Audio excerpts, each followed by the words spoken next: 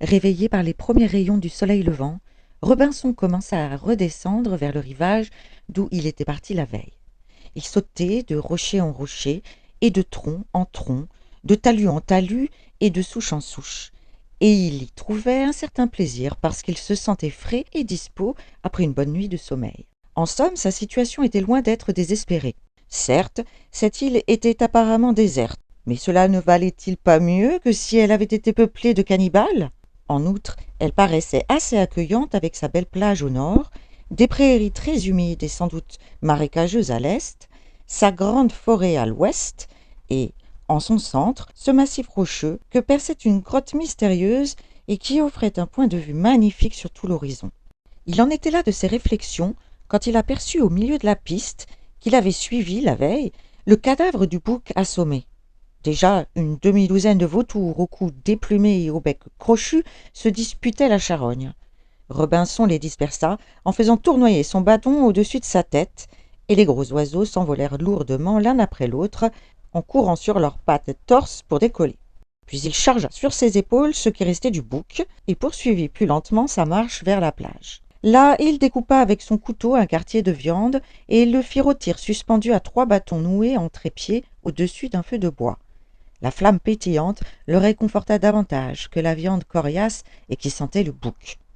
Il décida d'entretenir toujours ce feu pour économiser son briquet à silex et pour attirer l'attention de l'équipage d'un navire qui croiserait éventuellement au large de l'île. Il est vrai que rien ne pouvait mieux alerter des matelots de passage que l'épave de la Virginie toujours plantée sur son récif, d'autant plus qu'elle pouvait donner l'espoir d'un riche butin à ceux qui s'en empareraient. Ses armes, ses outils, ses provisions que contenait la cale du navire, Robinson pensait bien qu'il faudrait qu'il se décide à les sauver avant qu'une nouvelle tempête ne les emporte. Mais il espérait toujours n'en avoir pas besoin, parce que, pensait-il, un navire ne tarderait pas à venir le chercher. Aussi consacrait-il tous ses efforts à installer des signaux sur la plage et sur la falaise. À côté du feu toujours allumé sur la grève, il entassa des fagots de branchage et une quantité de varech grâce auxquels il provoquerait des torrents de fumée si une voile pointait à l'horizon. Ensuite, il eut l'idée d'un mât planté dans le sable, au sommet duquel était posée une perche.